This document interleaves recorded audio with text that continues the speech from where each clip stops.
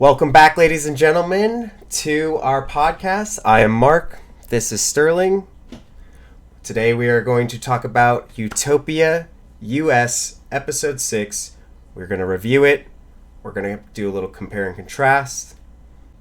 If it's not already obvious from watching the previous podcasts, the entire episode is completely full of spoilers. So if you want to watch the episode first, please go ahead and do that now. Come back once you're all done. If you just want to watch the podcast and enjoy. Like we mentioned last episode, because the UK version was 6 episodes and the US version is 8 episodes, now we are watching episode 6 of the US version. Next, we will be watching the final 2 episodes of both shows together. Sterling? Yeah, and we jump right in with Arby. So I think this episode is a little bit more of kind of teaser, not necessarily a ton going on, but it does have some important reveals. Some of them are things that we have seen in the UK version. I think we are at a place where they are finally right about there. They may not be perfect, but they are pretty close. We see Arby in a situation where it really finally gives us this whole kind of idea of how stunted he is, as he's, kind of being childish, pulling off raisin boxes, stomping on them. It pulls out, you see that, he's in a room where he's watching a cartoon, and as it kind of continues to zoom out, you can see like his geode collection, so it's definitely setting up the scene of, what is this person like, which may help us to understand some of the actions that he's taken up to this point. Yeah, and also on that room, he actually, you're saying it's kind of like stunted. You see him kind of like acting like, he's got kid things. He's got an old television, like it's like an old one. It's not a flat screen, not an HD TV that you can get anywhere. It's an old one. And the room he's in is kind of looks like a prison. There's no windows. It's got like a big light bar that is just, in there. And small space.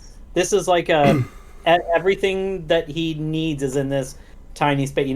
It's got his small bed and his little entertainment area and his area to hang his clothes. I wouldn't be surprised if they take care of laundry for the people that are here. I would assume they do. And then we looked at the comic again that he had in the room. He has the very specific part. I don't know if you saw it this time where there was the poor little the waterboarding. There was the gun. In this one, I think I saw in the top left corner, it said, "Don't hurt me." And then it had the gun that goes off and it goes bang. He has this millipede-like tail coming out of his back. They've created a monster, the monster which is Arby. And we later see Arby go confront Christy, John Cusack's character, which, funny, he throws the geode at the window, and I don't know if you saw the crack on the window. It didn't look like a rock hit it. It was very much like, it was a design. It was going for it, Unless we're supposed to believe that this is, strengthened glass because, he knows that he might have some enemies. It definitely didn't look like geodes are pretty heavy. And just the way that it would crack, I feel like it would look very like dense in the middle and then splintered out, where it was just kind of a spider web. There was a center, but it was a little spider webby. Not to get too nitpicky on that, but we should compare side by side comparison. We'll see if this happens. If this happens, you'll see a visual, but a side by side comparison of this. And then, do you remember the Tesla Cybertruck presentation where they were showing how the windows were shatterproof? Yes, and then it shatters. By Elon Musk throwing it, like he's got little, probably weak bird arms and throwing it, and it just shatters. It'd be interesting because that was like a heavy, heavy ball, and it'd be interesting to kind of see side by side of like real something that was thrown at something that was supposed to be unbreakable glass, right? Versus even if you threw like a softball at that, you might break a window. But like you're saying, it could be bulletproof. Christie might have enemies. We did see the interaction, which very different from the UK version of the character Thomas with Arby, which was very interesting. We kind of had the similar, scene from when Arby was confronting those two gentlemen at the UK in the UK version who were afraid of him, and in this version, I don't think that John Cusack's character or Thomas were afraid of him. I think they were very much, a little afraid. They were, you could see a little afraid. The closest we got to that was when Arby asked a very uncomfortable question, and Dr. Kevin Christie said, "Remember that I've always been straight with you. I've always told you the truth." Yes. That was the only moment that it seemed like he was, while being truthful, was also being careful with his words. But yes, I agree that, in fact, Thomas Christie was slapping him. Yeah, just slapping him like, and then bam, bam, to bash his head in.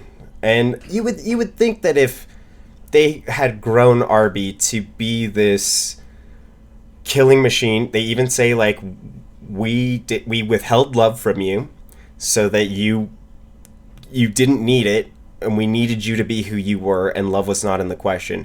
And so it's like they kind of made this really terrible person, just by the way they treated Arby, and just beating him up like that. Like, I would be afraid. Like, we've seen Arby do some crazy stuff. Like, and Thomas Christie, I think it comes from a little bit of entitlement, just starts slapping him. Bam, bam, bam, and takes the rock. But then the best thing happens, where Kevin Christie tells Thomas, "Go to your room." Like, he just shuts him down. "Go to your room. You're a child." Like, Thomas Christie. I know that Thomas is his kid, but Thomas is also an adult. There's this interesting dynamic has opened up between the two of them, where you see that Kevin has put Thomas in charge of very important things, and Kevin isn't directly overseeing those. So decisions are being made by Thomas on Thomas's own. Some of those decisions are decisions that Kevin doesn't agree with. So he's giving him a lot of leash. But then you also see, when he was talking with Kara, that he said, something like, "I don't know if he'll ever be ready." Right. So it's like, you can tell that while he's giving his son all of this room to do this, at the same time, he also is comfortable crossing that line of like, this is my son, and I am going to rein him in at appropriate times. Well, and I think what shows that best is that Kevin Christie, he is, like, how old would you say Thomas is? God, I'm terrible with ages. Okay, we'll just say he's probably over 20. We'd probably say 27 to 35 area, maybe. I don't think he's 35. I'll go with mid to high 20s, yeah.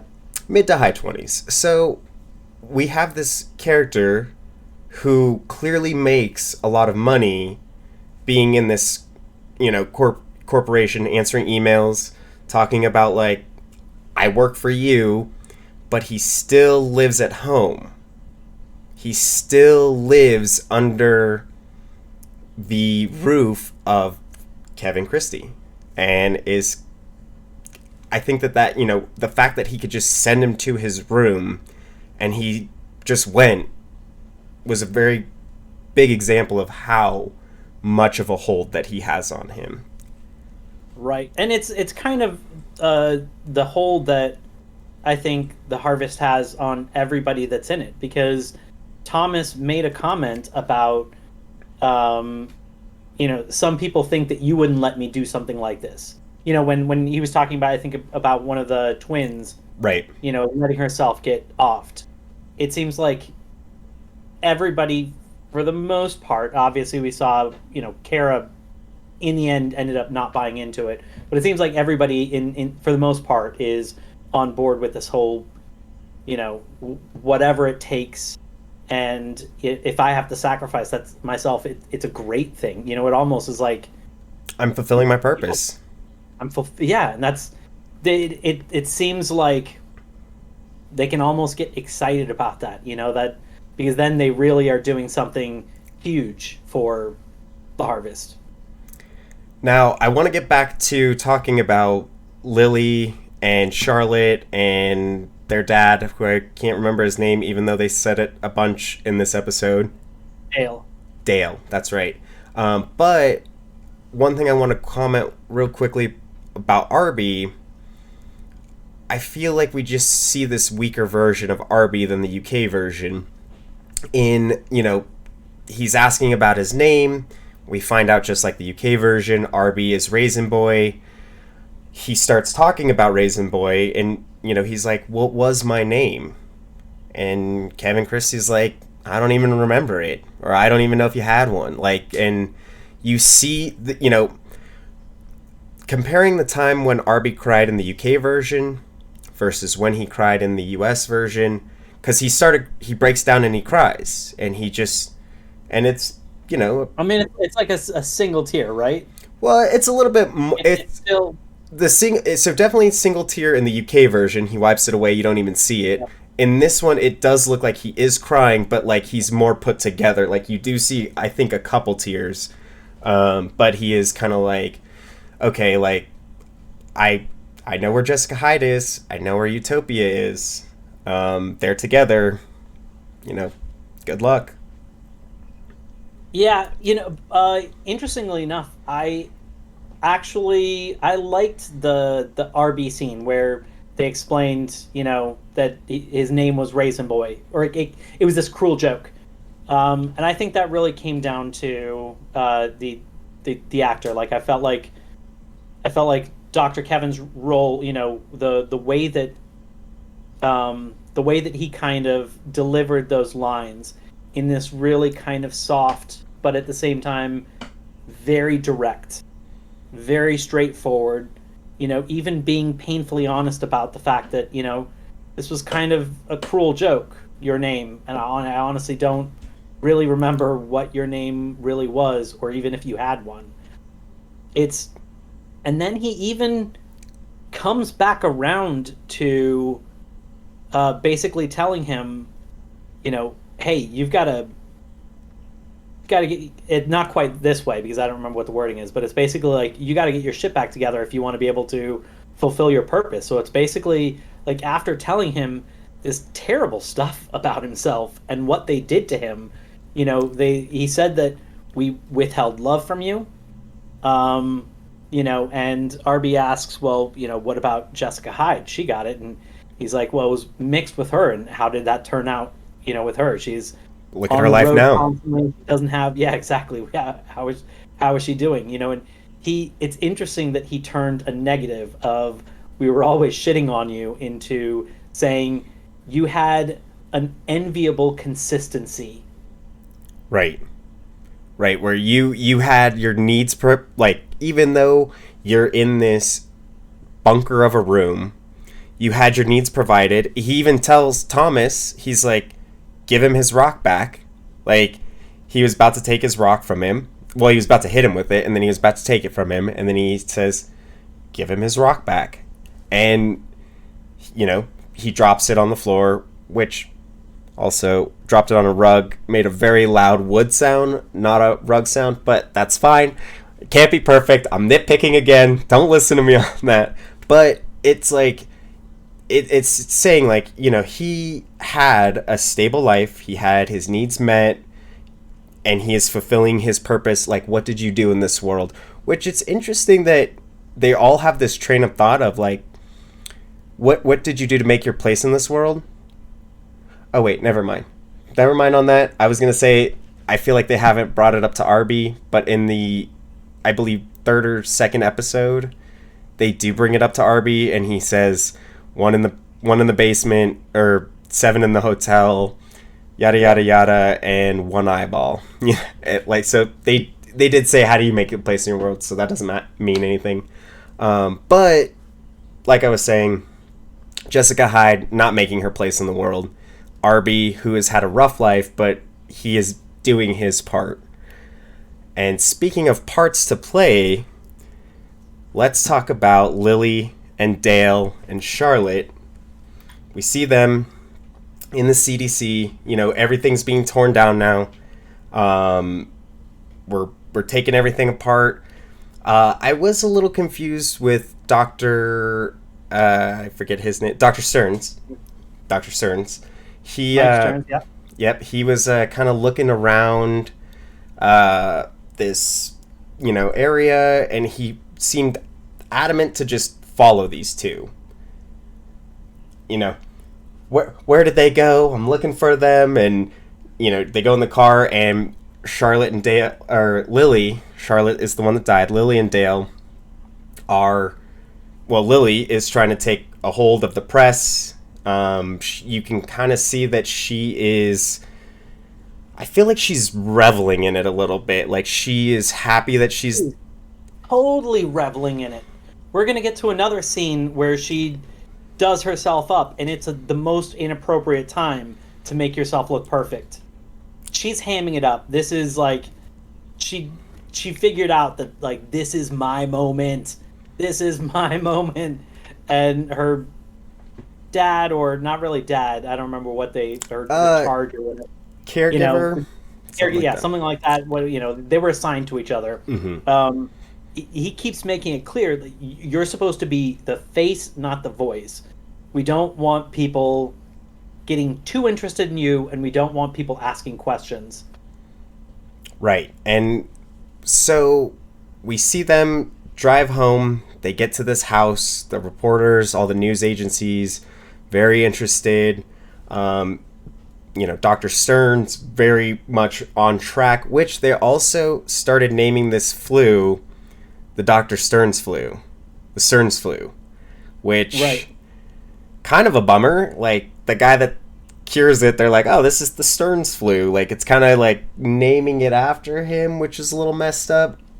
But he ends up at their house. He's with them, and that's another part. It's like, he's watching them, when they're at the CDC tents, and she's talking more than she should, and then Dale is like, I got to get you in this car. We got to get out of here. You got to stop talking. And so they get in the car. They go.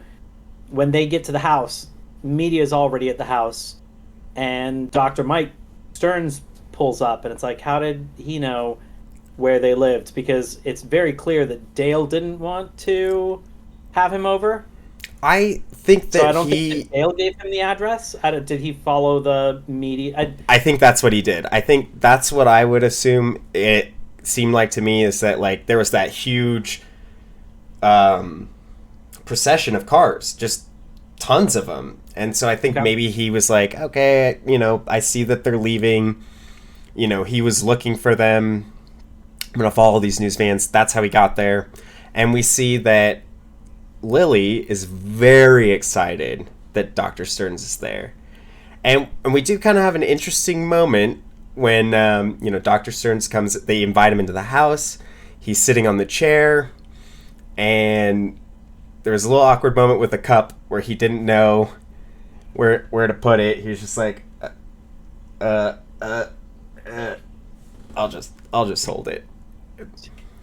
Which when I first saw that scene, I thought it was kind of a little weird. I thought it was like trying to be funny, kind of like trying to make a joke. And then I realized that it was kind of setting up that this house is empty. Empty. Has nothing that is tangible. Pictures. No pictures, no decorations. We see that Dr. Stearns goes to the bathroom and dries his hand, and the tags are still on the towels. There's no soap. He had to just use, water and a towel. Yeah. And this kind of sets Dr. Stearns on the path to thinking, okay, this is... And, one thing I wrote down was that I feel like this is the most gullible doctor ever. And just kind of like, I'll just go along with whatever things. And so it was kind of surprising to see him actually be like, oh, this is what this is. Like, oh, something is crazy, and he starts looking through the cabinets and nothing's in the cabinets.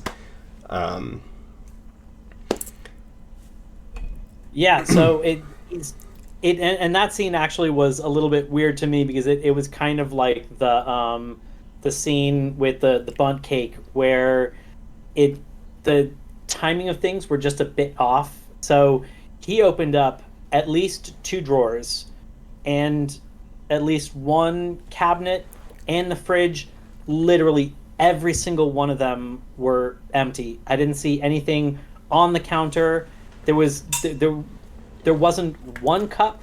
There wasn't one. And he gets caught with closing the fridge door. And Dale asks him what he's doing, and he's like, "Oh, I just want some water." It cuts to Dale standing next to him, turning away, going directly to the sink, and then just putting his hand in the sink as if he already has a cup in his hand, and turning on the faucet, and then giving him the cup. He never opened. I mean, it's not like there would have been something in the cabinet, but it was. However, though, he did have a cup because he had a drink previously, where he was trying to figure out where to put the drink. I can see him grab to the left of the sink to grab a cup and put it under. It was cut directly from he's standing next to Dr. Mike Stearns to he goes to the sink and just starts filling something, and it was direct cuts from one to the other. We actually see him moving from one place to another, and we don't see him reach it.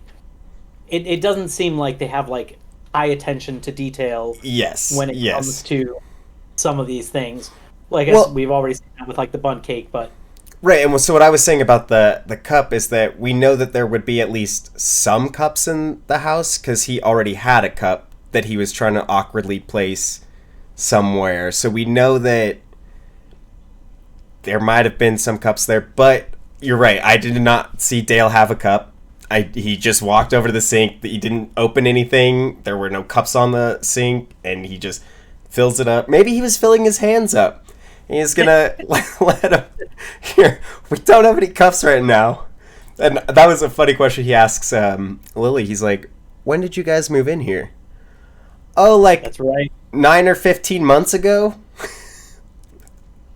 It's a very weirdly, oddly time space of time to It's 11-7?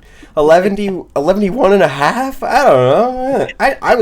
I was dying. I can't remember. I don't even know what day it is. But yeah, of course. And then he's like, "Where's the bathroom?" And she says, "Oh, it's."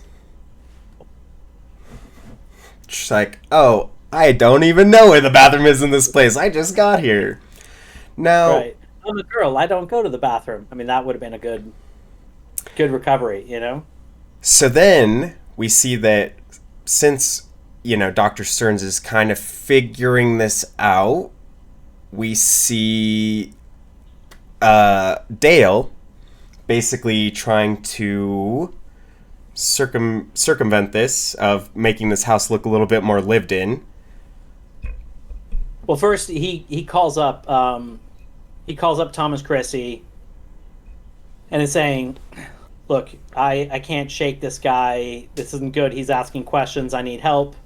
Thomas Christie calls up Dr. Mike Stearns and says, "I need you here right away for ... something." So, of course, instantly Dr. Mike Stearns is like, I don't know, he's like a dog. It's like squirrel, loses the focus of what's this mystery, and it's like, oh, this is important. This is right. Dr. Kevin Christie. I gotta tells stop investigating this weird mystery, and I've just got to jump on it. Yeah, he tells Lily, he's like, "Oh, I want to be personally with you every step of the way of your recovery." She's like, "Yes." Dr. Christie calls, and he's just like, "I gotta go," and then he cancels on him, and he's like, "Okay, that's fine." Yeah. And then we see um, Dale jumping So on cushion. Go, yeah. yeah. So this very much reminded me of the stretching scene that you didn't like early, in a previous episode, where it was a stylistic choice where if you take a certain action and you take out the context of that action, so maybe you zoom in a particular level or a certain angle or something like that. So you basically remove some of the important information from the equation, it can just look weird. And it's kind of a style choice. It's an interesting style choice. I still don't think that this show nails it. I've seen other shows do that same kind of thing, where it makes things look anachronistic for a moment, where you're like, "What the hell's going on?" Because what we see is a zoomed-in shot of an adult male in, I think he's in, nice clothes, like maybe like dress work clothes. At We least see, shoes on, like nice shoes on. an adult male, in like nice clothes, jumping. It seems like a person bouncing on a bed, or because he's inside or so. So like that's weird, and there's no context of what he's jumping on. That's just kind of a weird shot. And then as it pans out, you see he's jumping on the sofa cushions, and then you see him, putting all the stuff that he bought out, in order to make the house look lived in. And so then it kind of clicks. It's like, oh, this is a new sofa. He's trying to break it in and make it seem like they've been living here. They've actually used this sofa. But it's kind of they don't nail it. It is an interesting technique when it's done right.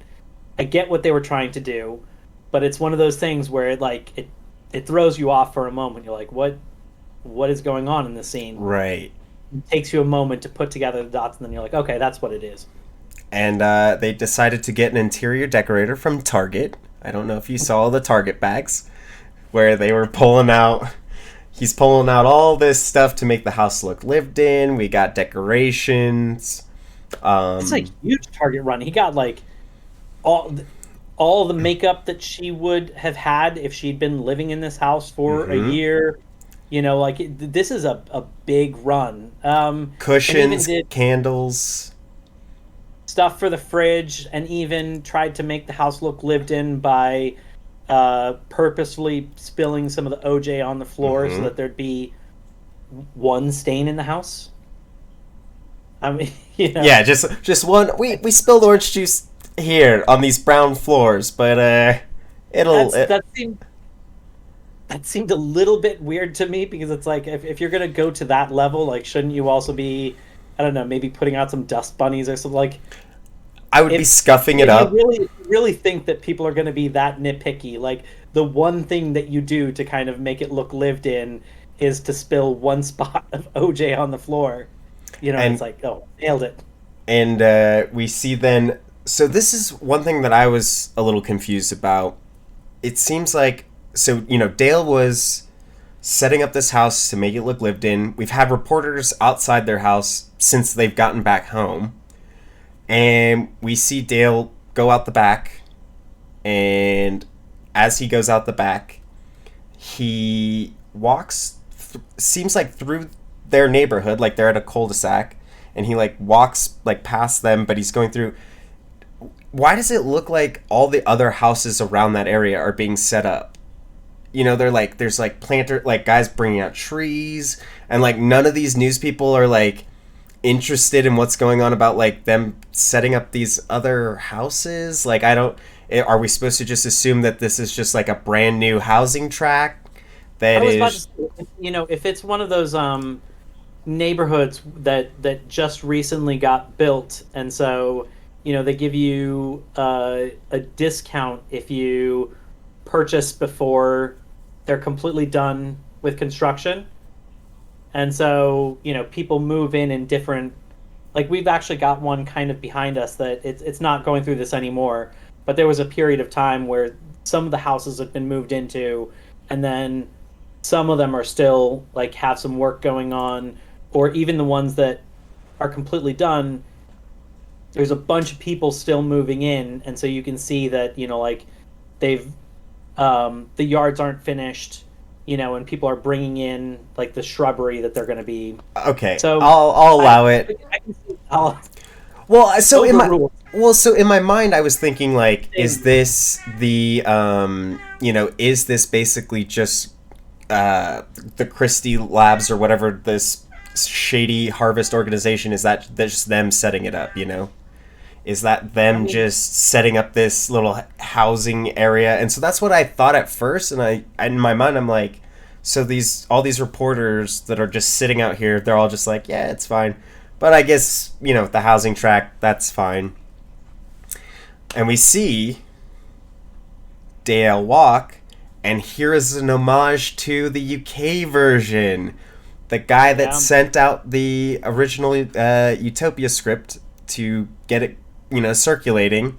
After he sees Arby, he, walks in front of the thing and blammo, hit by a truck. Dale does the same thing.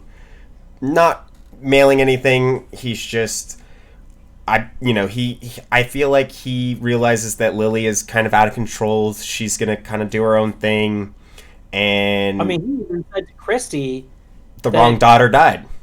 yeah, you chose the wrong daughter. The other one listened. Yeah, Charlotte was a good one, well behaved. Lily is unpredictable, kind of doing her own thing. And I think he realized that, like, if this is going to continue down this road, the stories aren't going to be able to, like, he's not going to be able to hold the stories up as well. And walks out right into the road. Blam. Just like the scene from the UK one. This is like what we've said before. The US version is very good at doing little homages to the UK version, and I would say that this was one of them. And Definitely. and I think that, once again, this is another situation where the US one has gone out of their way to explain why did he commit suicide. Because I think in the UK one, I was not 100% sure that he was working directly with the organization, or if he's just kind of like, wait, who in the UK one? In the guy who walked out in front of the vehicle. Well, he also had such a small part. He was just like, he had the thing, he mailed it out. Like, we just kind of had. It's clear that he had Utopia, or he had some manuscripts, but it's not super, like, it's not 100% clear who he is, what his connection is with everything. Right. And so it leaves a lot of questions unanswered of, like, why would somebody do that? And in this one, they are making it very clear that there are, he's in the organization. For the most part, it seems like everybody is all in on the organizations, but there are a few outliers, Kara, him, who aren't okay with everything. He even said to Dr. Mike Stearns, like, we did our part. We want to be done. Yeah, we just want to put this behind us. But he spoke a little out of turn. If you listen to the words he chose, it was clear that was more about what Harvest is asking them to do, like right. The sacrifice it's asking them to make, versus, we went through this harrowing ordeal of my daughter contracted this disease and then your, thing saved her. It's very clear that, like, he's saying, like, I played my part. I want to be done. Right.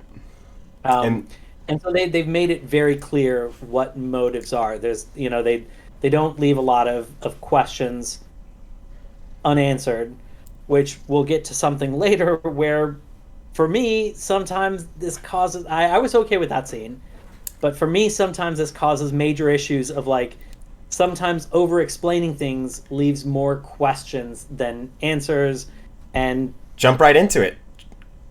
Oh. Are you talking about how they explain, like, how to write this guy into the history books, essentially, of, like, creating his whole past? Yes. So yeah, jump on into it. Okay, so we're going back to the secret wing of the Christie building. So this is a huge organization. Like, this is a huge legitimate company. It's very like a startup company or like a tech company. Well, going back to, like, the actual, like, the legit side of the company of, they They manufacture viruses. They recently got into meats that are good for, like, meats made of plants that are good for the earth. The So company it's is called Christie Bio, by the way. Christie Bio, big biotech company. And we've already seen that there's like a secret wing that says something like under construction or something like that. And it's obviously a big secret because both the times that we've seen Thomas Christie go there, he like looks, before he goes in because he doesn't want to be seen going in because obviously you don't want people to know that there's a secret organization on the other side of that. He has to go in through like the dark room. He has to go in through, once again, the red light room. I don't know why there's a red light room. And then he goes into, so there are two different rooms. I'm going to call the first room the idea room. We've got desks, computers, and he's saying, hey, here's the situation that we need to handle, and we need ideas for how to, like, people are going to want to know Dale's story, and so we've got to come up with that story. So and we got to do it quick. Questions, exactly. We've got to do it quick. And they want this really figured out down to the point where they've got like bowls of Adderall within hand's reach of everybody, so that you can just like get in the zone and just get thinking of ideas. And he even makes a comment, and he says, if you need to, have one of the Adderalls, and it just shows the bowls, like, just eat the Adderalls to keep going. So they're asking questions, spitballing ideas, and it's very clear that like this is the group that is going to come up with the spin. Like, what is the area that, like, what's the spin that they're going to take the story, and then they'll flesh everything out from there. Once they've got the spin, that spin goes to another room. We're going to be throwing up an image here in a moment. It's one that I sent you earlier. And this room is ridiculous. Like, this is very clearly a Google type space. We've got everybody's in silly, brightly colored shirts. We have like beanbag chairs. I have something to say about those shirts. Yes. That is important. Yes. Okay. So, I don't know if you noticed this, but the shirts, do you know what was on the shirts?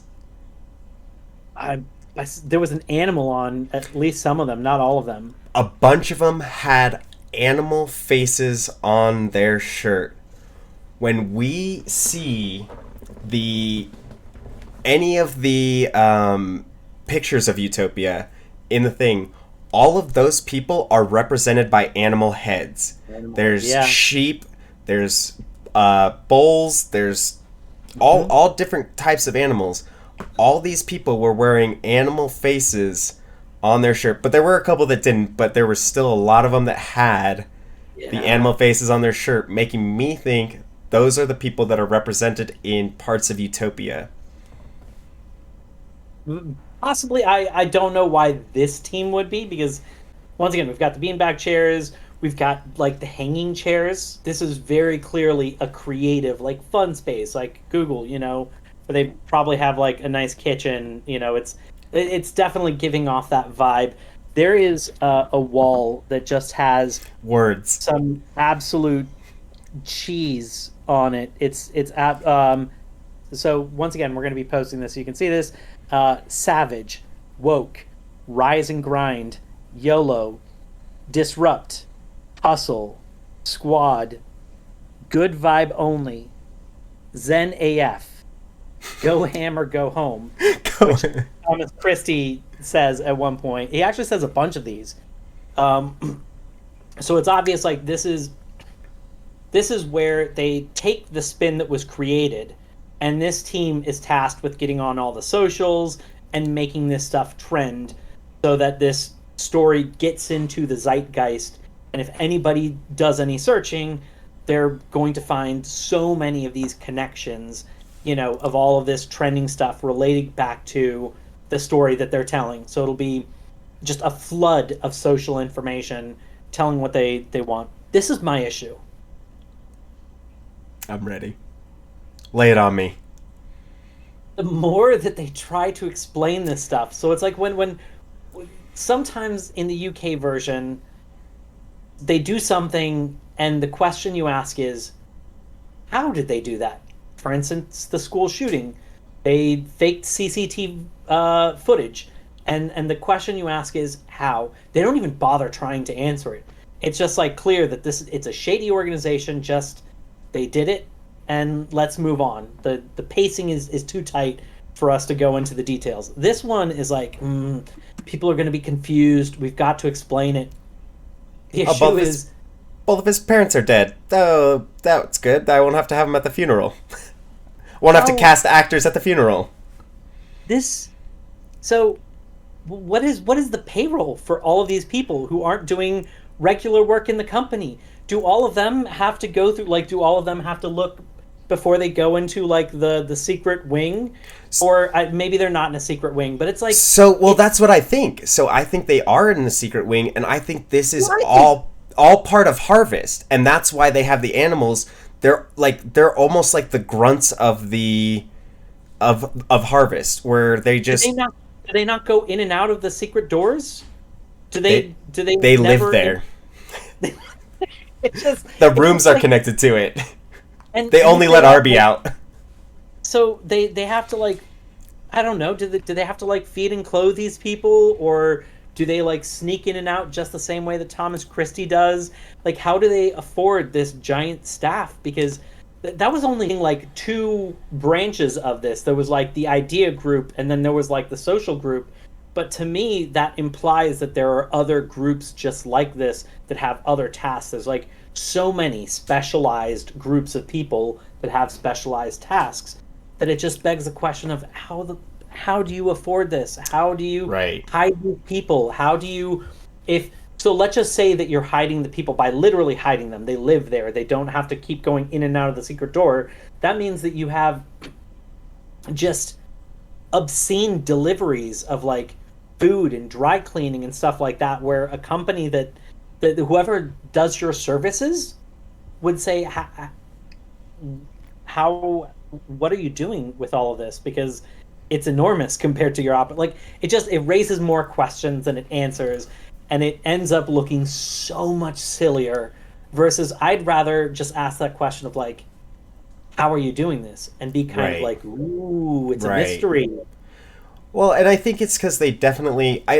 to me, this seems like part of Harvest. It's, it's the shady part that people don't know. Like, if you remember back in, I think, the first episode, when the guy that was driving the car to pick up Arby calls, the group of people, and they're like, oh, we'll get you the records on these people that might know Utopia. Like, this is who I'm thinking they are, and I'm thinking, we saw that school building of children, and it makes me believe that they grow these children into, like, being little hackers, being these things. Maybe they shouldn't have, like, made it so, like, hidden, like, oh, we have this hidden room, that is under construction that Thomas, walks through when it's, in the red room. They should have made it more like this is, like, a legitimate part of the Christie Corporation, and then I feel like you could get away with it a little bit more, but I feel with them trying to be like, oh, it's this hidden operation, that's where it loses it a little bit. Yes. If they leaned into the Google thing, and they had that be, like, Google has a whole wing, their moonshot wing, which is, like, the crazy stuff that most likely will never come of anything. But the idea is, they're trying to shoot for the moon. Even if they miss, they'll at least land among the stars or whatever. Google's Harvest. And they don't, maybe there's secrecy around it because they don't want somebody else to beat them to this crazy technology that they're working on first. And so you just have this, like, X Labs, that is known for doing secret stuff, and it's legitimate secret stuff that they're doing. It'd be so much better if they do that versus like having this hidden wing where it's like it's under construction and they have to look both ways before they go in, and there's a huge company and literally nobody has ever seen anybody go in there. Like, right, right. And we know it's a huge operation because we know there's Dale and Charlotte and Lily, and like Kara was a part of it, and so like there was the driver guy originally, and we know that he called people, and we know that they set up that whole, there were the other students. So I feel like it's just them kind of explaining Harvest in a tech company way, which it makes it a little silly, but I think that's also why they had the animal shirts, is because I think that was representing, like, in the comic you see, they're carrying the barrels, or there's, other than Jessica Hyde's dad who has a face, everyone has an animal head that's represented as people.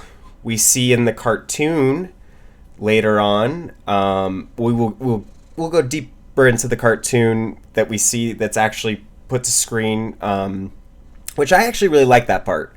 I thought that was a pretty neat part. I thought it was one of the better parts because I really like the style of it.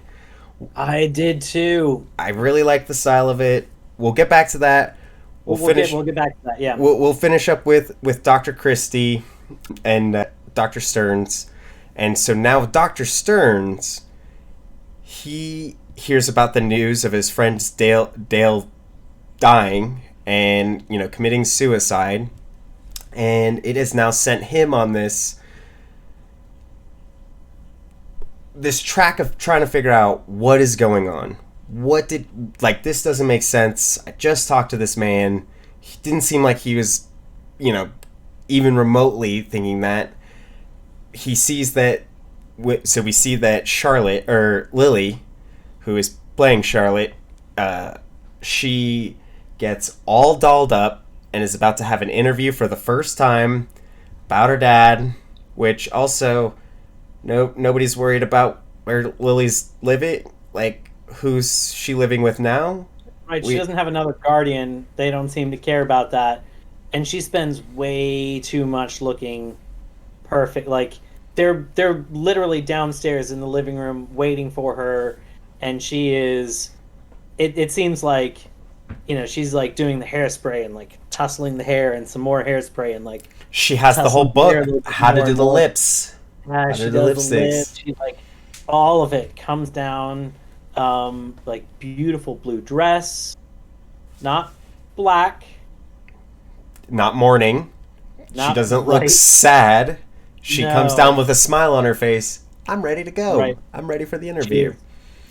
Yeah. And she goes on the interview. Dr. Stearns sees, first we see Dr. Stearns, he makes a call to one of his friends after this team has like set up this whole thing. He gets this, kind of weird answer. He kind of was like, okay, I buy it. Then he starts seeing more things where everything, is saying, not on message, but a script. Like this, they're saying the exact same thing. Making him totally worry, think about it, trying to figure it out. We see that Dr. Stern's wife is calling him kind of crazy again, thinking that he is a little bit...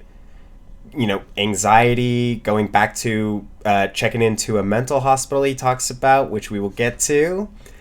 And Dr. Stearns, well, we'll come back to this. Wait, so Dr. Stearns, he sees the one thing, thank goodness Dale did it. Dale knew in his mind, he said, if I put this here, Dr. Stearns is going to see this sticker and figure this out. Thankfully, I got to put that sticker on the wall. The rabbit sticker, which, this brings me a very interesting thing I noticed. Did you notice how many rabbits were in this episode? How many rabbits were in the episode? Well, I don't know exact numbers, but Lily's... So when Dr. Stearns gets to Lily's house in the beginning, Lily's wearing rabbit slippers. This is the worst prize ever. Guess how many rabbits, and they're in the jar, and you get the jar of rabbits. Okay, I guess 10 rabbits. Do I win? Well, we don't actually know how many rabbits are in the jar, so nobody wins. But there were a lot of rabbits. There were a lot of rabbit symbolism. Lily had rabbit slippers when Dr. Stearns got there. Lily, yeah. She also, when she was laying in her bed at one point, she had a rabbit stuffed animal on her bed, right up here. Also, little jump to the cartoon real quick. All of Jessica Hyde's room was rabbit wallpaper. And then, of course, the rabbit sticker. Right. Yeah. So there were a lot of rabbit symbolism in this episode. Which I think is really smart for a secret organization whose head of it is, Mr. Rabbit, this secret guy who's trying to hide his identity, for him to be like, let's brand as much rabbit stuff as possible. And like, I want slippers. people to love rabbits, and I want people to show off their rabbit stuff to everybody, because I'm trying to hide who I am, and I'm Mr. Rabbit. Don't tell anyone. That's a secret. Fortunately, though, Mrs. Rabbit, who knows? I think that's still on the table. It is still on the table, I would say. We don't know. We haven't, in the U.S. version, we've only had one drop of Milner, and it was for a very short period of time. UK version, we have a little bit more Milner in that, so could be possible, and maybe we might see that in the next episode in the U.S. version. We will see. Dr. Stearns then notices the rabbit, and he figures out how they're transferring the Dr. Stearns flu. And it's through the petting zoos. The petting zoos are doing it. He saw that rabbit logo. He sees this rabbit sticker. Well, so when he sees Lily interviewing, he sees that the house is full now.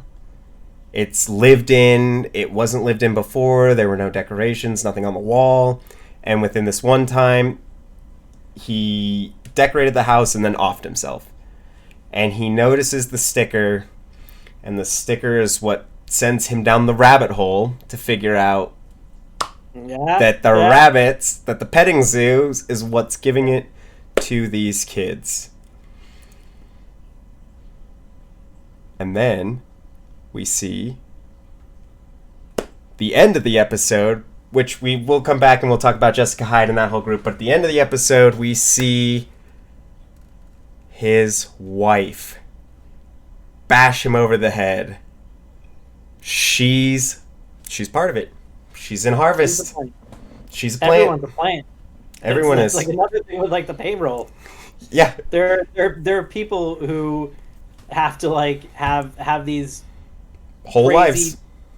I mean, kind of like Dale, where it's like he had this. Who knows what he was doing before that? But yeah. Very Truman Show. Very, very Truman Show. That, hey. But that at least was a closed environment, and you can see how they're making money off of that environment. Right. And so it makes sense, right. Versus this. Like, it's in the real world, and they.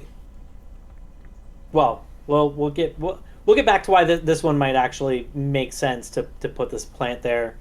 For Dr. Stearns? Yep. Okay, so we'll come back to that. Let's jump over. Let's talk about the gang. Yep. Yeah, let's jump over there. Yeah. All right, let's talk about the gang. What state do we see them when the episode starts? First thing we see when the episode starts, Jessica Hyde brings Alice and Grant back from where Alice's mom was just killed along with all those other people. We see a shred of humanity from Jessica Hyde. Hey, be nice to her. Her mother just died.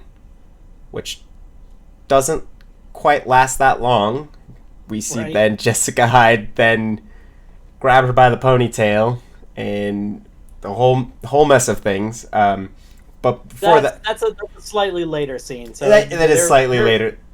They're in the mansion right now, and Alice is losing it. Later, when they have to move to another house, which is a dilapidated piece of crap, and Alice is still losing it, that's when she is like, yeah, I can't deal with this kid anymore. So we see them. They come home. Jessica Hyde just instantly gets Grant and Alice this alcohol to take these shots, and it was, which also is another surprising bit of humanity and this is another homage to the UK one. She gets him drunk, right? Grant drunk, right? And so this is her giving, and so we see another shred of humanity. And we have a pretty funny line in right when they spread out Utopia. They're all looking at Utopia, trying to figure it out. It's Wilson says it's a puzzle. We just gotta figure this puzzle out. And Jessica Hyde actually says a really funny line. I don't like puzzles. I am one. Why are you a puzzle? I mean, you're not really a puzzle. You're kind of a person. There's no mystery behind you exactly. You're just... I thought it was a very weird line. And actually, we see this as they're looking at Utopia, trying to figure out this puzzle. In my opinion, beautiful animation sequence. Kind of... and this is kind of where I was talking about the rabbits on Jessica Hyde's wallpaper. We see this beautiful scene where she was gassed. It's basically showing pieces of Utopia to the audience, saying like, and kind of giving us a little bit of history about her. One of the pictures we see is actually Jessica Hyde doing a puzzle with the good fairy. We see, and we talk about the good fairy. I still don't think we know who the good fairy is. I did make a note though that I think that the good fairy looks, the way that they drew the good fairy looks like the Jessica Hyde UK version. Interesting. She had kind of like the bangs, the lighter skin, the darkish kind of like shorter hair. And so when I first saw her in that animation, I thought to myself that kind of looks like the UK Jessica Hyde. Yeah, and it was so. This was an interesting scene because it, as you said, it was interesting animation, and it was a good way to give additional backstory without, it's over this kind of like narrative backdrop where we do get kind of a decent amount of information. I don't think we've seen anything like this in the UK. I have a feeling we won't. We'll see. Because they really haven't spent a ton of time on the actual comic in the UK one. So we'll see about that. But it definitely was kind of an interesting scene. And we even heard different voices for the different characters. And I wondered if, like, we did hear somebody speak for the Good Fairy. And I didn't instantly recognize the voice. I did kind of consider, like, what if they're letting us know who this is by using that actor's voice. But it didn't, nothing quite clicked for me on that. One interesting thing to me, in that sequence when we kind of heard those voices, we heard we need the monster, or the monster's going to help us, or something along those lines. And Blue Fairy says to Jessica Hyde, she says, quote, "Find home with the monster." So is that saying like you will find home with the help of the monster, or are you going to find home that has the monster there? The impression I got is like you need the monster's help to find home, but that's obviously not explicit, so who knows exactly what that means. So that's how I took it. That's how I took it too. And kind of, so to me, when we're like seeing that animation, I feel like we are seeing the gang kind of like going through the pieces, trying to figure things out. And to me, when they said the monster thing, it made me think that they're thinking that they're going to find this help with the monster. And if Jessica Hyde's dad drew all this, my question is, like, how did he know that, like, because I'm assuming they're talking about Arby, because we saw that Arby is represented as a monster in the comic. Right. We see and that they said, we created a monster. we created a monster.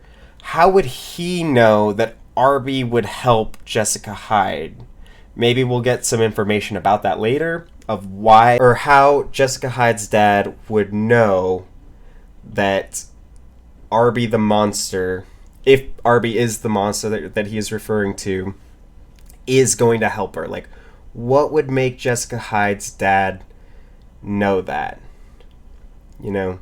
And I feel like there were a couple other things that made me, kind of what the gang speculates about, what they figure out, what Wilson figures out, with the picture of the llama with the rabbit in the straitjacket, which...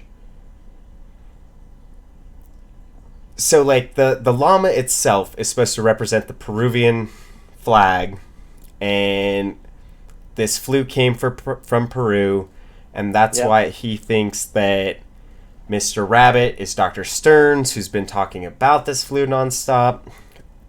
We see that they relook at the photo of Jessica Hyde's dad, and we see, which your theory was correct. Ta-da! Dr. Stearns was, in fact, in the mental institution with Jessica Hyde's dad. I am infallible. This has nothing to do with the fact that I said about 100 theories, and only one of them so far has been true. Well, that's the way you do it. You'd say 100, so one of them's right, No, they're all right. And any of them that seem like they're not right, it's going to be because the show got canceled before they could do season 2. But 100%, right. Even if two of the theories that I said seemed like they were contradicting each other, they both were going to be true, and they were going to be explained at different times. So I just wanted to kind of clarify that so that everybody that's going back and watching previous episodes of our podcast and is like, Sterling talked about this, I haven't seen it yet. Still was true. I am torn between the theory of Milner being Mr. Rabbit and Ms. Rabbit, and Jessica Hyde's dad being Mr. Rabbit. And the reason I think that because I don't think Michael Stearns, that is... I could see Michael Stearns, and this was another theory I think you had, where Michael Stearns is Jessica Hyde's dad. Right. So I do kind of think that, like, she's maybe misremembering, because we see in the picture Mr. Rabbit's in a straitjacket. He's in a straitjacket. Why is Mr. Rabbit in a straitjacket? And I think they kind of were saying that Mr. Rabbit was riding the llama, which is the Dr. Stearns character. It was his, I think, hubris or something, that it's he's gonna, take it out.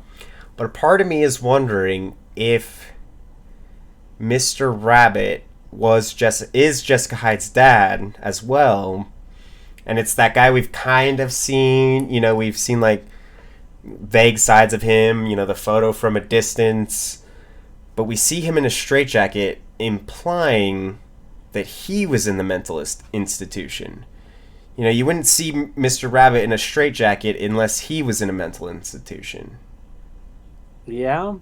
Unless Jessica Hyde's dad drew it because he was hoping, because he was in a mental institution, he's hoping that he could, get revenge on Mr. Rabbit.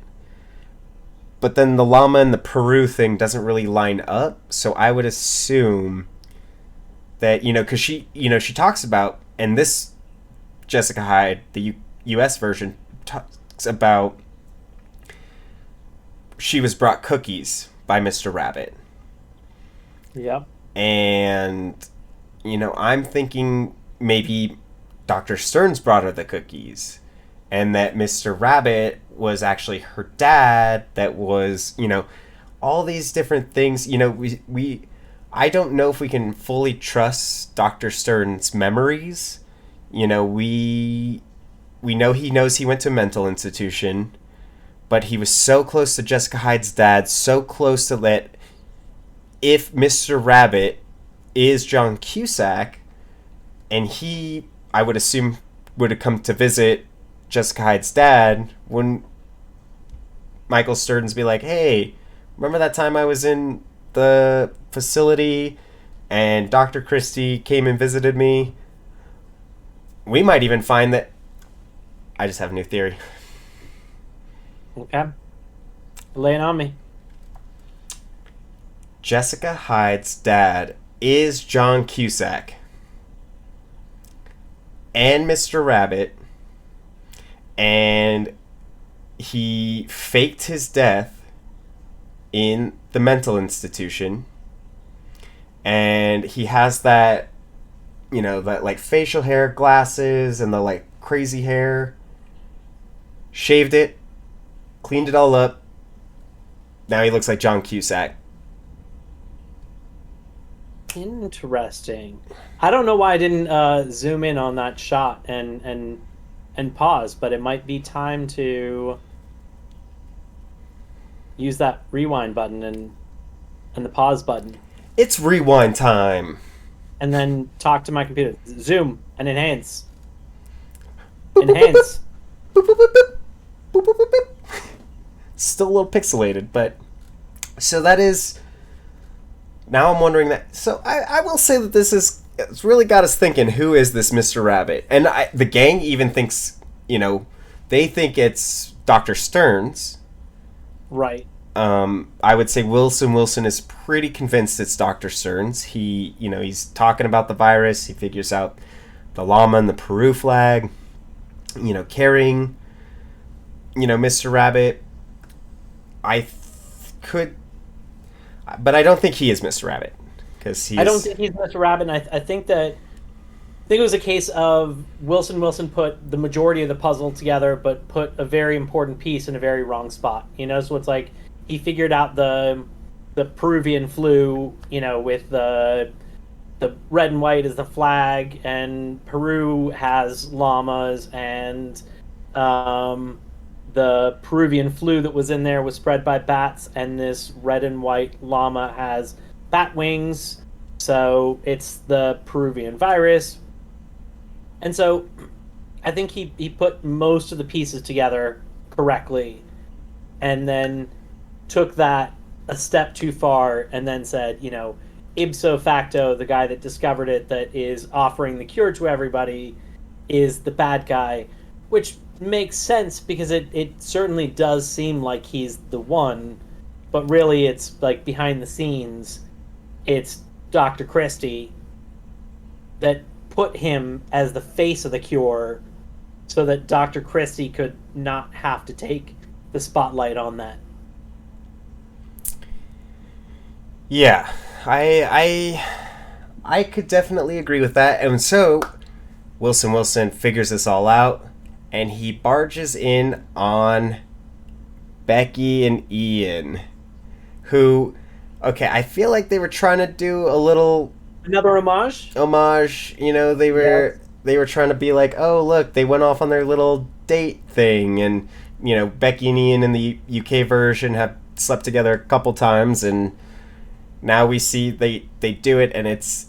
But that first time in both, they are ripping clothes off to the point where it's kind of awkward. It's that, like, we just have to get to the sex part as quickly as possible. Right. It's not like that romantic buildup of, kissing, and it's just, like, straight to the clothes ripping off part in a slightly awkward way of, like, you're trying to take something off, but it's not working quite right. And that to me, even though in the end it was different because Ian finished this time versus he couldn't perform in the UK one, it's still like that clothes ripping off scene seemed like another homage. Like, right.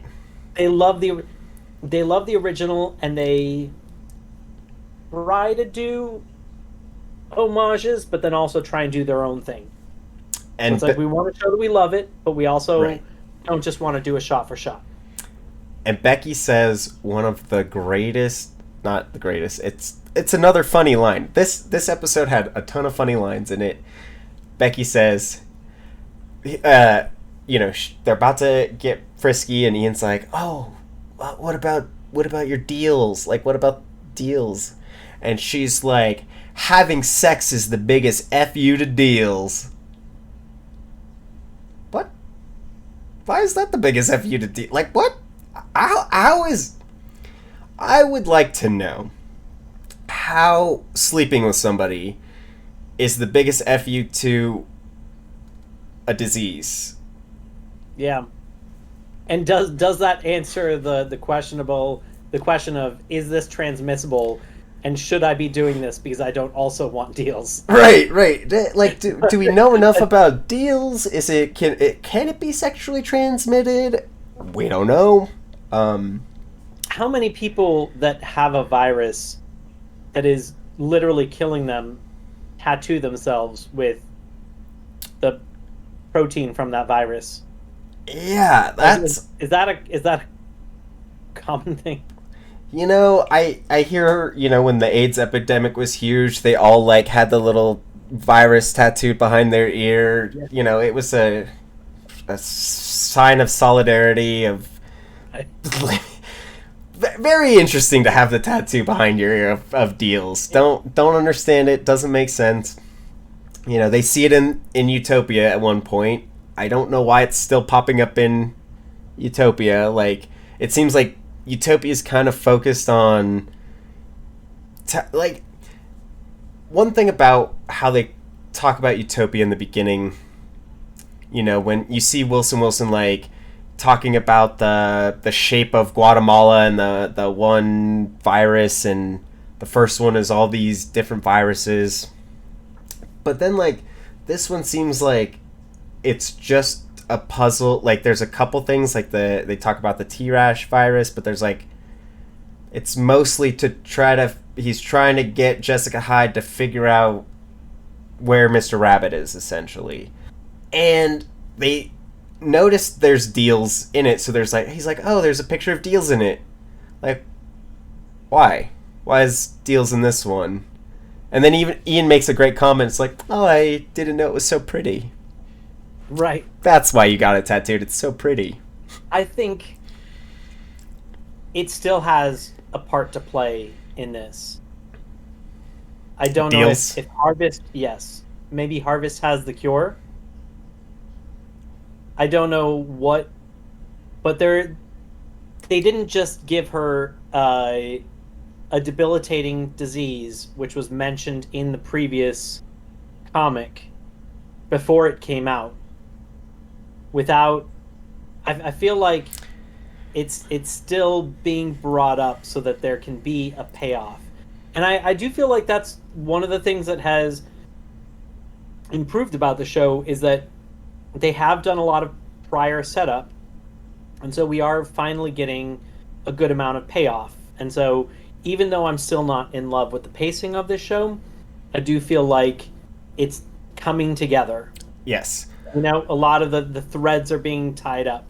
And I think that if we were at this point without watching the UK one, I know I wouldn't be in love with the show, but I think I would definitely be happier with the show now than if I were watching the UK. And I'm enjoying the show at this point. Yes, I would agree. It's just unfortunate with the comparisons, where I think if this was the only Jessica Hyde I knew, I'd possibly be okay with that. And finally seeing her start to gain some humanity, that would be fine. But when you compare her against the UK Jessica Hyde, it just makes you wonder, like, why did you make that choice of making her seem crazy and unrelatable? Yeah. But it's so standalone. If we were to watch it without UK, I still wouldn't recommend it crazy strongly. I wouldn't say like this is the next show you have to watch. Right. But it's if you've burned out all of your other shows at this point, you're looking for something to watch. You know, I think I might say this is an interesting show. If you like sci-fi, you know, you enjoy kind of a mystery, you like comics, maybe not sci-fi, but you know, it's interesting enough, you know. Yeah. Get through like episode 4 and it'll pick up. I will agree with you. I do Also be ready that it's good. Be ready that it's going to end. So don't get too attached. You get 4 episodes that might be good, and then it's over. I wasn't too much a fan of the Deals scene where Becky starts suffering a Deals episode. You know, we had seen her kind of experience these episodes before. You know, the first time we see it, it's in the very first episode, and she ties herself to a chair. You know, to me, if it's causes someone to not breathe, tying to a chair doesn't really make sense. We see her going in the bathtub the one scene, and she has her episode. Never once do they refer to her not breathing. And then in this one, she has her episode, she stops breathing, and it's not like she stops breathing because there's something clogged here. She stopped breathing because I'm assuming the function stopped. So stabbing the trachea doesn't make sense in that scenario. Yeah. So Jessica Hyde goes full Halloween on her and just stabs her in the trachea and puts a rusty funnel, a metal funnel, not even clean funnel right into her throat. Like, was a very interesting.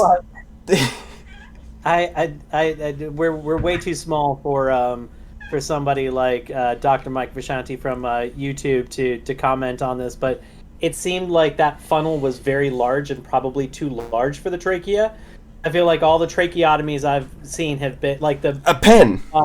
Pen, yes, exactly. And this thing is like that funnel was freaking big, and just got like shoved in there without like opening the which pop. Means I feel like that would be doing a lot of like undoing the work of your nice neat cut. Right. Because it was so large, and it's not like they pried before they put it in, so they're just like shoving, ripping.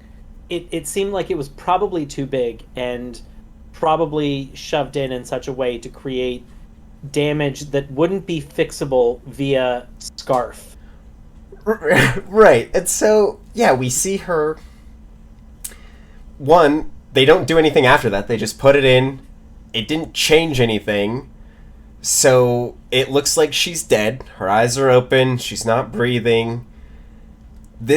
Putting this into her throat literally makes no sense in this moment. Right. It did nothing. And in fact, now it just seems like we just destroyed our friend's vocal cords.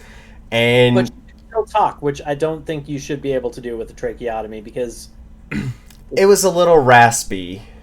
But she instantly sits up, pulls it out. Well, but before that, there's like it didn't. They did try and make you think she's dead. Oh yeah, she just laid there, eyes wide open. Everybody in the room kind of just acknowledged that she was dead. They leaned into she is dead without making it at all emotional. So I didn't really care, unfortunately. I didn't either. And then they just walk it back by having her come back to life. And then kind of make a joke out of it where she just rips it out, blood squirts.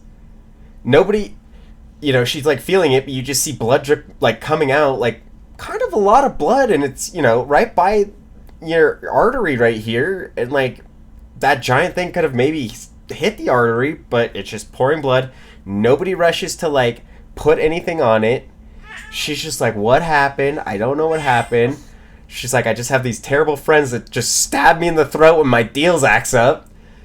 They put just a scarf on her, like, that's gonna fix it. Like, they don't go look for any, like, clean cloth or anything. Just a random scarf. Just throw it on. It's red. Nobody Jessica Hyde has been wearing, after Jessica Hyde made it clear in, I think, episode 2, not to take showers, which means that she is a dirty person wearing dirty clothes. Yeah, and with a dirty scarf.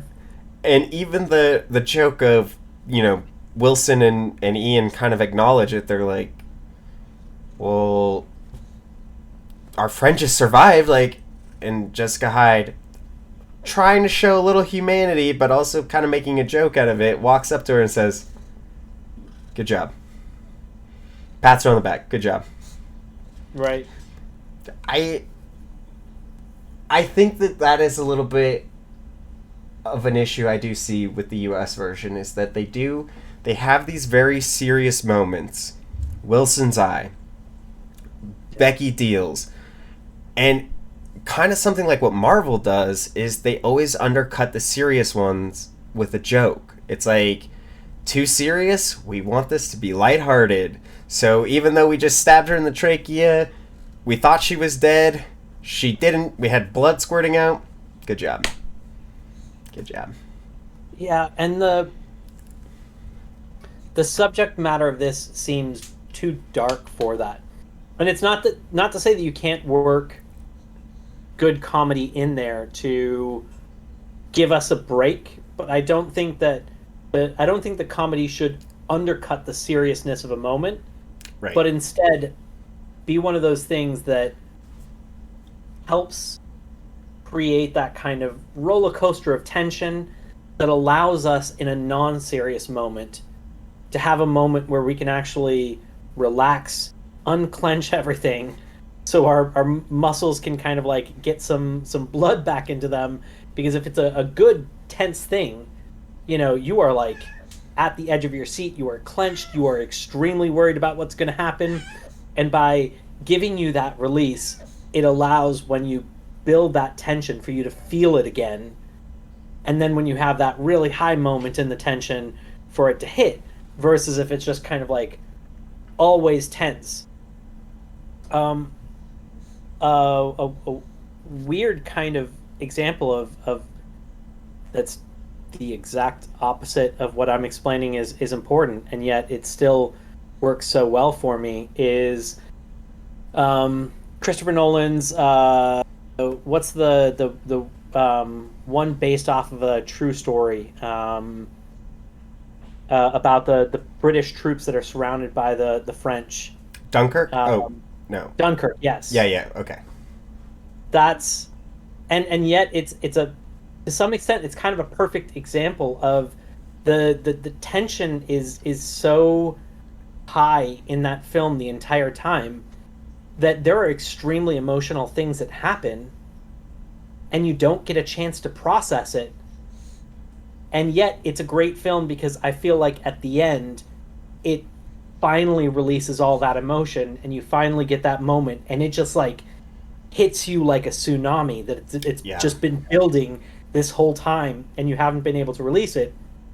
Most films, TV shows can't do something like that. They have to let the waves break, you know? So it's right. Like you have that tension hit, you have a lull, maybe that's when you kind of like have a joke or something. You don't do it all the time, but you do kind of have these like waves so that people can get ready for the next one, because most films, TVs can't just like keep that going. Right. And so I do feel like this is more like it's trying to do a Marvel thing though, and it's undercutting, as you said. There are important moments and they just get undercut, or even when they're not important moments, the jokes don't always hit for me because they undercut the seriousness of other moments, even if that moment isn't serious. You know, like when they're going to see Milner and Wilson gets out of the car, because he's trying to cut down to 1 torture a month. Right. Even though that moment isn't a serious moment. And so it is a good moment for a joke. Right. He would not be making that joke about himself. Right. That's a very sensitive subject, you know? So they could have had a joke at that time. That would have been a good spot for it. That wasn't the joke. Right. That joke did not hit. You know, I didn't necessarily like... So, like, going back to Becky and Ian, you know, they kind of make the joke where they're, you know, they've had this sexual tension this whole time, and they start to do, and it's all over. Ectoplasm. Yeah, and so I feel like that, you know, was a better time for a joke. You know, it was like, it wasn't a super serious moment. I mean, it was a little serious, you know, it was like their first kindling of, you know, finally having a physical, you know, interaction. But I thought that was a more tasteful joke, other than the, you know, the Wilson jokes. And then, you know, our friend Becky just was almost dead, and then good job. Like, Right. Just those jokes maybe didn't land as hard for me. Yeah. I definitely feel the same. So, I would say you were going to talk about this, you know, we find out that, you know, well, sorry. Jessica Hyde is a little confusing. We see her nice to Alice, and then we see her, you know, Alice kind of doesn't want to be there anymore. You know, like, we didn't see, like, in the UK version where they were having discussions of, like, what to do with Alice. They kind of just accepted Alice. Like, oh, Alice is part of this now. Like, she's coming along. And it doesn't really seem like anybody in that group, other than Grant, even acknowledges Alice, really. Like, Wilson doesn't. Becky and Ian don't. Jessica Hyde does a little bit. And then I felt like this scene was kind of weird, where, you know, Alice is freaking out, and Jessica Hyde is, you know, gonna kill her, and they are like, no, you can't kill her, and, you know, she pulls her by the hair, and eventually just, you know, drags her upstairs and, like, slaps her, and, like, I feel like Jessica Hyde wouldn't have tolerated that, you know, like, getting slapped. You know, she handcuffs her, and we have this kind of moment where, like, Alice is just like, go get me scissors. And, like, Grant gets her scissors. She's like, cut it. Cut my braid. She's like, that bitch is never gonna get my braid again. Like, Alice is now a badass standing up to Jessica Hyde after I don't know. That was, I don't know if it's... Characters aren't well written, and I think that writing is the number one enemy in this show. Yes. And I think you hit the nail on the head when you said that they bring this child home traumatized from seeing, you know, their parents' death, and nobody else talks to, you know, nobody, at least in the other one, the other one keeps stuff short and cuts out a lot, and they show that there are discussions about what do we do with this human, versus this one they accept her into the house, but also they don't talk to her, you know, just lock her up, just go put a handcuff on her, and that's the end of it.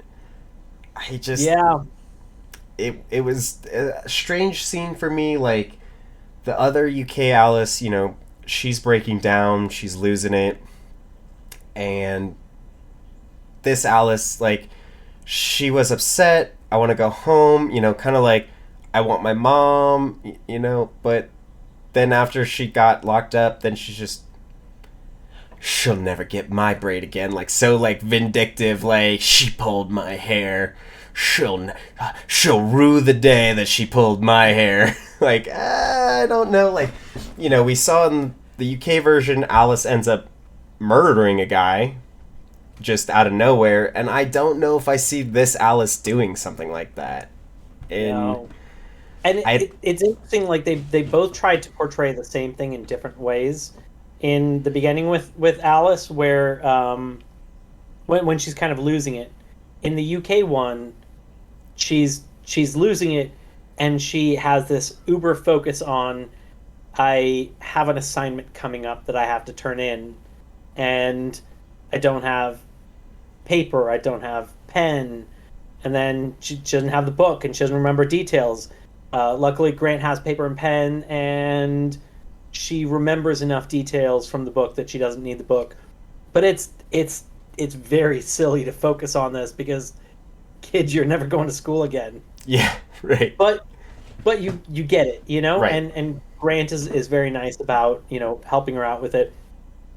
I think like this one you see a similar type thing of, she says that she wants to go back to her mom. She knows her mom is dead. That's not Right. on the table. And so it's the same thing. It doesn't quite have the same effect. And that, I feel like in the UK one, where you really see her go down this rabbit hole of focusing on this assignment, where it's rabbit hole, yeah. You can really kind of see her unraveling, and so it makes sense when we see her kill the other person, of just like, her reality's gone at Yeah. that point. Nothing makes sense to her. Where this Right. one, yeah. And, I do feel like we saw kind of Grant trying to, like, be that, like that olive branch to her. Like, in the UK one, he's, he, like, gives into her things like, I'll get you paper, I'll get you a pen, I'll get your paper in for you, like, just don't worry about it. And then we see in this one, she's chained to the bed, and he goes down, he brings Utopia for her, and he has there's that little note in it, and he said, I'll be back for this, or whatever, and he had the little piece that he had ripped off and said, P.S. you're cool. I don't know if we've really seen her be cool, because, like, remember the very first time we meet her, he wants to eat some blackberries. She says, those are my blackberries, and, like, doesn't really share. And then, when he gets the sack lunch, we don't know if she gave him the blackberries or if the mom just gave him the blackberries. Like, it doesn't explicitly imply that Alice gave it to him. I don't think we saw Alice be cool in this one. I think we saw Alice's mom be cool. Yeah, Alice's mom is cool. I think that's what won Grant over. So Right. I don't understand why Grant has this affection and appreciation for Alice. I mean, I can understand why somebody might want to protect somebody that wounded. Right. But at the same time, I still wouldn't see a direct... Like, there's nothing that she has done that, for me, says you're... based off what he's seen, you're a cool kid. Right. Now, to circle back, we talked about how the episode ended already. We see that Dr. Stern's wife is a murderer. Ends up... Or not murderer, but a plant. Not a murderer. Yep. She's a plant. She knocks him over the head. And She's a plant. You At gotta trim Harvard. it. A plant at a harvest? Oh, man! Whoa! And now we kind of also understand maybe that, like, we saw her kind of, like, gaslight him in a way. She was very much like, you're kind of crazy, you've been so sure before, and so did she gaslight him the first time to get him into the mental hospital? Where he was sure about something and that she gaslit him all the way there. Right. What does this mean? And I feel like you had something to say about this. No, I you didn't? really don't remember any of that. I do remember that she's very dedicated to this cause, to the point, like, she's willing to do any silly thing to distract him, whether it's like do the whole burrito tucking in. I'm gonna make you. I'm gonna make you soft little bunny. Which he was with her the whole time, and so she was the one. The laptop. Yeah, she. You know what? He's well hung. He put that in his pants. She didn't even notice the bulge, right? Just so everybody else knows what we're talking about. She's like, you're getting a little crazy. I know I'm not supposed to say the C word, but you're getting a little crazy. Kind of like when you were in the asylum. You need some rest. You've only had 2 hours of rest. You know, you got to stop focusing on this. Let me take you to. She shuts the computer. No more. Enough of that. Bedtime. Time to go to bed for you to get some sleep. We see them upstairs, and now she's doing a little burrito thing. You know, tucking them in nice and tight, making a nice tight little burrito, right? Shutting the blinds. Right. And then when she leaves, he pulls out his laptop. And who knows? Maybe he has a spare laptop in his bed. You know, like he's a nerd, right? We all have a spare laptop. But is it ever charged? Is it ever charged? It wasn't plugged in. He just pulls it out and it's fully charged and he can look up what he needs to look up. Seems a little suspicious. Yeah. Little sus. Little sus. Well, folks, I think that's going to do it for us in this review of episode 6 of US. We will be back next week. We will be with the 2 episodes. It will be episode 7 of the US version, episode 5 of the UK version. Thank you guys for coming, and we had a great time with you. Don't forget to hit that like and subscribe, and turn on that bell for notifications. I'm Mark. I'm Sterling. And we're signing off.